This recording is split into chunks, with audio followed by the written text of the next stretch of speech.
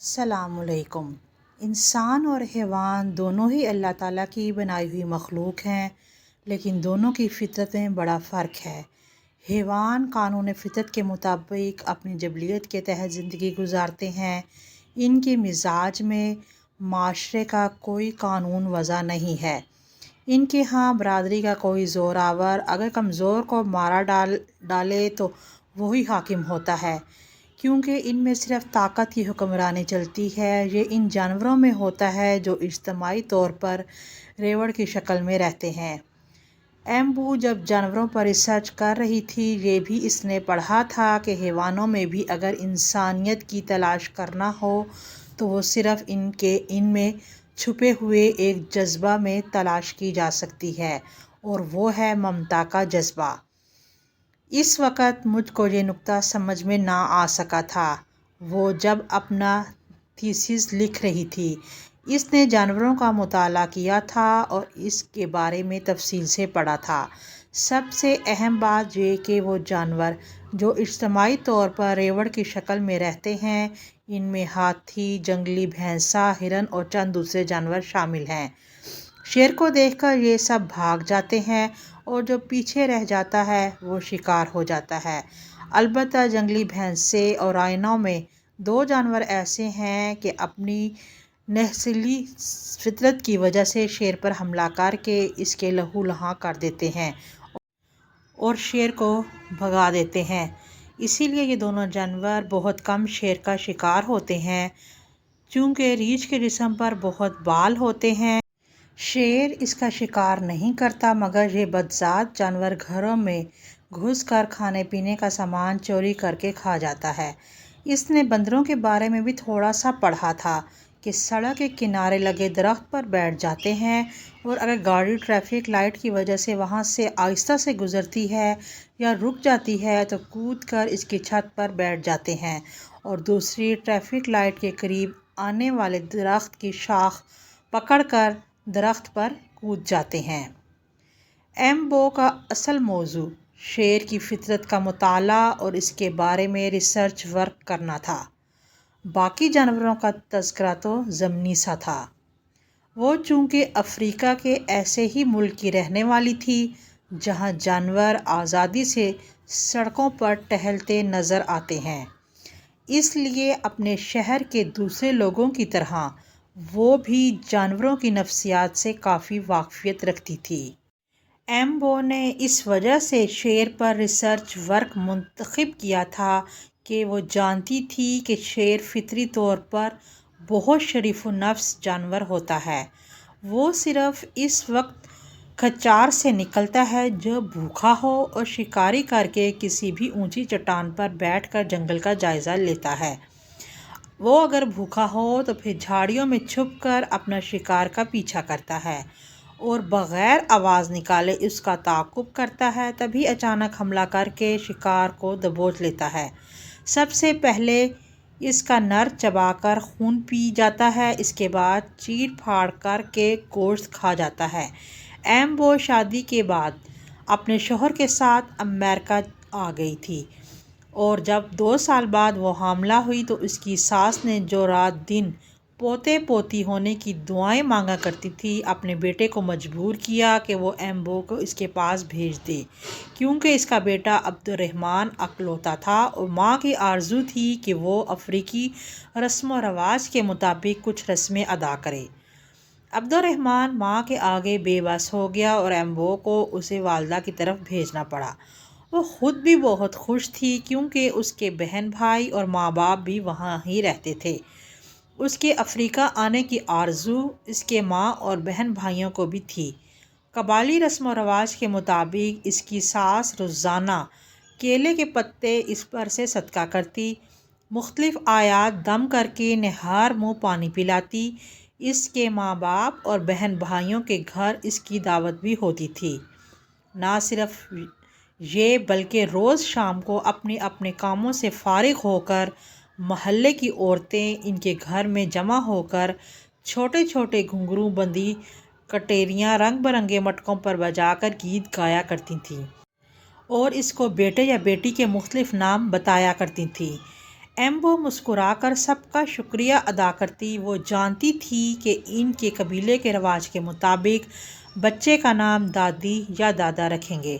وہ کسی سے کچھ نہ کہتی مگر دل ہی دل میں دعا مانگتی کہ نام ایسا ہو جو امریکی بھی لے سکیں۔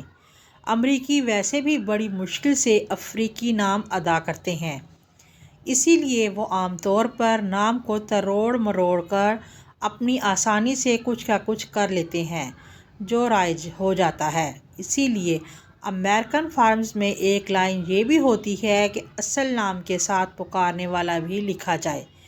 ایمبو ان دنوں اپنا زیادہ وقت سونے یا ٹہلنے میں گزارتی تھی۔ اتنا آرام اس کو امریکہ میں تو ہرگز نہ ملتا تھا۔ ایک دن اچانک سارے گاؤں میں ہنگامہ برپا ہو گیا۔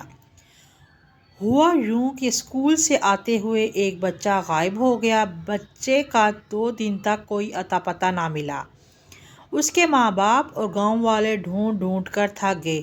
مسجدوں میں ہر نماز کے بعد عبدالسلام کے مل جانے کی دعائیں کرائی گئیں۔ عورتوں نے گھر بیٹھ کر قرآن پاک ختم کیے۔ تہجد کے سجدوں میں گر کر دعائیں مانگی گئیں مگر بچے کا کوئی پتہ نہ ملا۔ پھر 8 دن بعد ایک آدمی بھی غائب ہو گیا۔ گاؤں میں سنسنی پھیل گئی، ہر کوئی پریشان تھا۔ مائیں اپنے بچوں کو دن کے وقت بھی گھروں سے نکلنے نہیں دیتی تھیں۔ اسکولوں میں طالب علموں کی تعداد کم ہوتی جا رہی تھی کہ اس آدمی کے گم ہو جانے سے تو اور زیادہ گاؤں میں سنسنی پھیل گئی۔ اب ہر جگہ ہر علاقے میں لوگ تو طرح طرح کے ہوتے ہی ہیں۔ کسی نے یہ شوشہ چھوڑ دیا کہ ضرور کسی جادوگر نے ان دونوں کو اغوا کیا ہے تاکہ ان کی بلی چڑھا دی جائے اور لاشیں غائب کر دیں تاکہ ثبوت باقی نہ رہے۔ یوں گاؤں میں ہندوؤں اور مسلمانوں کے درمیان ایک قسم کا کھچاؤ پیدا ہو گیا۔ ہندوؤں کو جب اس بات کا علم ہوا تو انہوں نے مسجد کے مولوی صاحب کے پاس جا کر اپنی صفائی پیش کی مگر کھچاؤ برقرار رہا۔ ابھی لوگ اس بچے اور آدمی کی تلاش میں تھے کہ ہندوؤں کے محلے کی ایک عورت غائب ہو گئی۔ ان تینوں غائب ہو جانے والوں میں ایک بات مشترک تھی کہ وہ اکیلے سفر کر رہے تھے۔ اب ہندوؤں اور مسلمانوں نے مل کر ان تینوں کو ڈھونڈنا شروع کر دیا۔ ایک آدمی ڈھونڈتے ڈھونڈتے گاؤں کے قریب جنگل میں نکل گیا۔ ابھی وہ تھوڑی دور ہی گیا تھا کہ اس کو ایک ڈھانچہ نظر آیا۔ وہ بھاگا بھاگا گاؤں آیا اور سب کو بتایا۔ لوگ نیزے، بانس اور کلہاڑیاں لے کر اس کے ساتھ ہو لیے۔ ڈھانچے پر اوپر کہیں کہیں پھٹے ہوئے کپڑوں کی دھجیاں لگی تھیں۔ ایک آدمی نے ڈھانچے پر، جس میں کہیں بھی گوشت باقی نہ رہا تھا، صرف اس پر چپکی ان دھجیوں سے شناخت کر لیا کہ یہ محمد کا ڈھانچہ ہے جو 2 ہفتے پہلے غائب ہو گیا تھا۔ بڑی مشکل سے اس کی بیوی کو، جو بار بار غش کھا رہی تھی، سنبھالا گیا۔ ڈھانچے کو سمیٹ کر اس کا کفن دفن کیا گیا۔ گاؤں کے سیانوں نے ڈھانچہ دیکھتے ہی کہہ دیا تھا کہ یہ کسی درندے کا کام ہے، اس لیے کوئی بھی اکیلا کہیں بھی سفر نہ کرے۔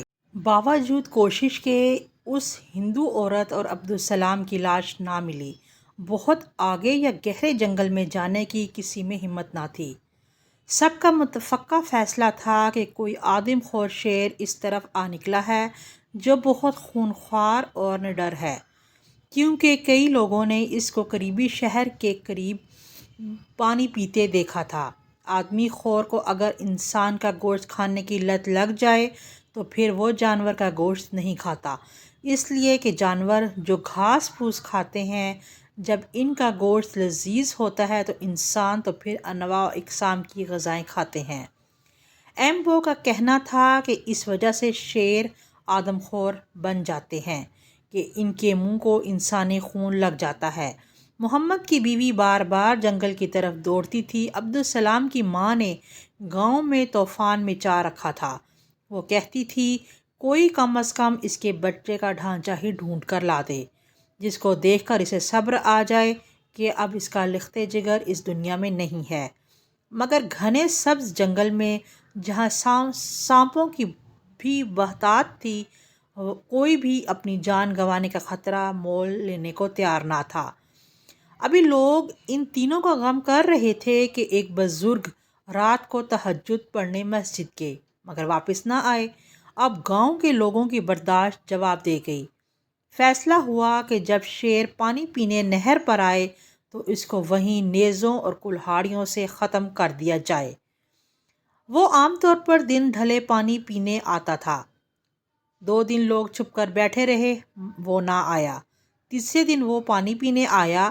لوگوں نے اس پر نیزے برسائے مگر اسے نہ لگے اور وہ پھرتیلا آدم خور تیزی سے بھاگ کر غائب ہو گیا۔ البتہ اس کا ایک کان نیزے کی آنی سے کٹ کر نہر میں گر گیا اور پانی کے ریلے میں بہت دور نکل گیا۔ اس کے بعد کافی دن تک امن رہا۔ سب کا خیال تھا کہ شیر کسی دوسری طرف نکل گیا ہے۔ گاؤں کی زندگی نارمل طریقے سے جاری ہو گئی تھی۔ ایک دن ایمبو گھر سے نکلی اور آہستہ آہستہ نہر تک چلی گئی۔ یہ سارا علاقہ اس کا دیکھا بھالا تھا۔ یہاں اس نے بچپن اور جوانی گزاری تھی۔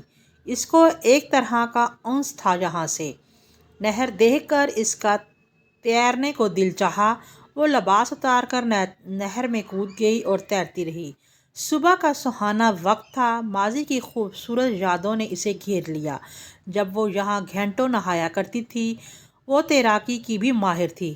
جب نہا چکی تو تیر کر باہر نکلی، تب اس کو اپنا پیچھے آہٹ محسوس ہوئی۔ مڑ کر دیکھا تو پتہ چلا کہ وہ شیر کے سامنے موجود ہے۔ شیر بغیر پلک جھپکے اس کی طرف دیکھ رہا تھا۔ اسے پتہ چل گیا کہ یہ شیر نہیں بلکہ شیرنی ہے۔ موت اب اس کو اپنے سامنے صاف نظر آ رہی تھی۔ وہ نہر میں کود کر اپنی جان نہیں بچا سکتی تھی کیونکہ اس کو علم تھا کہ شیر بہترین تیراک ہوتے ہیں۔ وہ پانی کے بہاؤ کے مخالف سمت بھی آسانی سے تیر سکتے ہیں۔ ایمبو 7 ماہ کی حاملہ تھی اور بھاگ نہیں سکتی تھی۔ شیر اس کو ساکت کھڑا دیکھ رہا تھا۔ وہ آگے بڑھا۔ اچانک اس کی نظر ایمبو کے ابھرے ہوئے شکم پر پڑی۔ اسے جیسے عرفان ہو گیا کہ وہ اپنے شکم میں ہونے والے بچے کا بوجھ اٹھائے ہوئے ہے۔ تبھی وہ تیزی سے مڑ کر گھنے جنگل میں گم ہو گیا۔ اللہ کی رحمت اس پر ہو گئی تھی کہ وہ بغیر حملہ کیے اسے دیکھ کر چلا گیا تھا۔ حالانکہ اس کی کبھی شیروں سے کوئی دوستی تو نہ رہی تھی۔ ذرا دیر تک وہ بہت بت بنی جہاں کھڑی تھی وہیں کھڑی رہ گئی جیسے اسے سکتہ ہو گیا ہو۔ اس کے اندر جنبش کی طاقت بھی نہ رہی تھی۔ جو ہی اوزان بحال ہوئے وہ گھر کی طرف بھاگ کھڑی ہوئی۔ آج کام آئی تو اس کی رب کی رحمت، ورنہ 7 ماہ کی حاملہ خود کو کیوں کر اس خون خوار بلا سے بچا سکتی تھی۔ بھاگتے بھاگتے وہ اپنے گھر کی دہلیز پر پہنچ کر بے ہوش ہو گئی۔ اس کے گرنے کی آواز پر ساس باہر آئیں۔ اسے دیکھا تو اندر سے چادر لا کر اس کے بے لباس جسم کو ڈھانپا۔ گھر والے اسے اٹھا کر اندر لے گئے۔ بڑی مشکل سے ایمبو کو ہوش دلایا گیا۔ سب سے زیادہ اس کی ساس پریشان تھی کیونکہ اس نے ہی ضد کر کے اس کو امریکہ سے یہاں بلوایا تھا۔ اس نے دہشت زدہ آواز میں روتے ہوئے سب کو واقعہ بتایا۔ گاؤں کے ایک بزرگ نے پوچھا، کیا اس شیر کا ایک کان کٹا ہوا تھا؟ ایمبو نے اثبات میں سر ہلا دیا۔ تبھی وہ بولا، ایمبو تم بڑی خوش نصیب ہو کہ آدم خور کے پنجوں سے نکل کر آئی ہو۔ گاؤں والوں نے 4 لوگوں کے آدم خور کا لقمہ بننے کے بعد حکومت سے درخواست کی کہ اس کو مار دیا جائے تاکہ گاؤں والوں کی زندگیاں بچ سکیں اور وہ سکون کا سانس لے سکیں۔ حکومت نے پہلے تو روایتی طریقے سے ایک درخت پر مچھان بنوا کر شکاری وہاں بٹھا دیے اور نیچے بکرا باندھ دیا مگر شیر نہیں آیا۔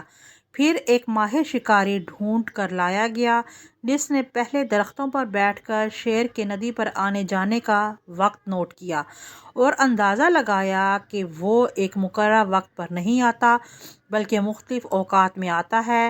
شکاری نے بتایا کہ آدم خور ہونے کے بعد شیر کی نفسیات بدل جاتی ہے۔ وہ خود بھی اپنے بچاؤ کے مختلف طریقے اختیار کر لیتا ہے۔ وہ اپنے پانی پینے کے اوقات تک تبدیل کر لیتا ہے۔ زیادہ درختوں کے قریب نہر سے پانی نہیں پیتا، بلکہ کھلے کھلے میدانوں سے پانی پیتا ہے، کیونکہ اس کو اندازہ ہو جاتا ہے کہ کوئی اس کو نشانہ بنانے کے لیے گھات لگائے بیٹھا ہوگا۔ شیر ایسے حالات میں بڑے سیانے ہو جاتے ہیں۔ 3 دن کی نگرانی کے بعد اس ماہر شکاری نے میدان میں نہر سے 100 گز کے فاصلے پہ کھڑے ہو کر، جب شیر پانی پینے کو جھکا ہوا تھا، بائیں کان کا نشانہ لے کر تبڑ توڑ کر گولیاں برسا دیں۔ بایاں کان نیزوں کی وار سے کٹ کر نہر میں گر چکا تھا، اس لیے گولیاں سیدھی کان کے سوراخ سے اس کے دماغ میں پہنچ گئیں اور زمین پر گر گیا۔ قریب چھپے ہوئے قبائلی جو شکاری کی مدد کے لیے وہاں پہنچ گئے تھے، بھاگ کر آ گئے۔ شیر کی لاش گاؤں پہنچا دی گئی۔ سب لوگ اس کے جست بے جان کو دیکھنے کو جمع ہو گئے۔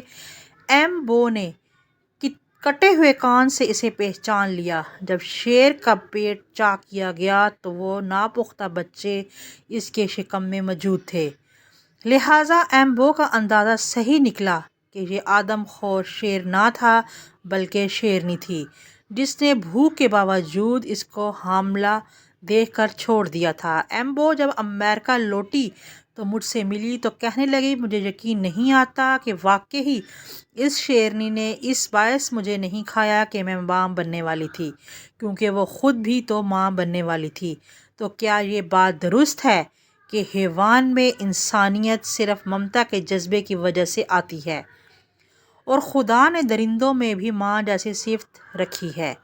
ایمبو کہتی ہے کہ یہ اس کی زندگی کا خوفناک اور حیرت ناک تجربہ ہے، جس کو وہ کبھی نہیں بھلا سکتی۔ اس تجربے کے سامنے اس کی ریسرچ سبھی کچھ بیچ میں، کیونکہ اس کو اپنے سوال کا جواب آج تک نہیں ملا۔